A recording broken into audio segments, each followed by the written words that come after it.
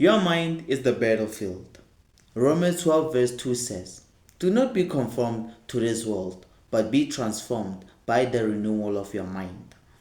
Then 2 Corinthians 10 verse 5 says, "Take every thought captive to obey Christ." Proverbs 4 verse 23 says, "Guard your heart, for it is the wellspring of life." Ephesians 6 verse 12 says, "We do not wrestle against flesh and blood." Genesis 3 verse 1 say, "Did God really say?"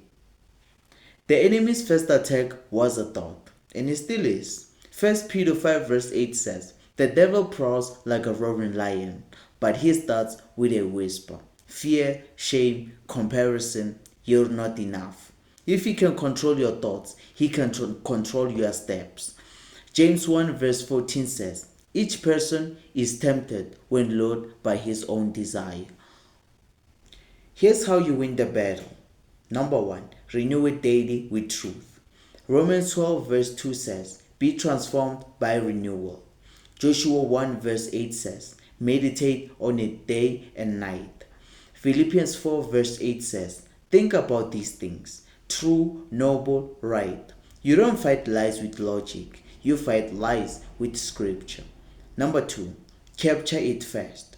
2 Corinthians 10 verse 5 says, "Take every thought captive." Proverbs 23 verse 7 says, "As a man thinks in his heart, so is he." The moment the toxic thought hits, pray, quote truth, redirect. Don't entertain it. Number 3, guard what you feed it. Psalm 101 verse 3 says, "I will not set before my eyes anything worthless." Matthew 6 verse 22 says, "The eye is the lamp of the body." What you watch, listen to, and scroll is seeds in your mind. Galatians 6 verse 7 says, "You reap what you sow." Isaiah 26 verse 3 says, "You keep him in perfect peace, whose mind is stayed on you." Philippians 4 verse 7 says, "The peace of God will guard your hearts and minds." When your mind is renewed, your life changes. Colossians 3 verse 2 says, "Set your minds on things above." Victory starts in your head before it shows in your hands. Stop fighting everything else. Again, Romans 12 verse 2 says, "Renew your mind."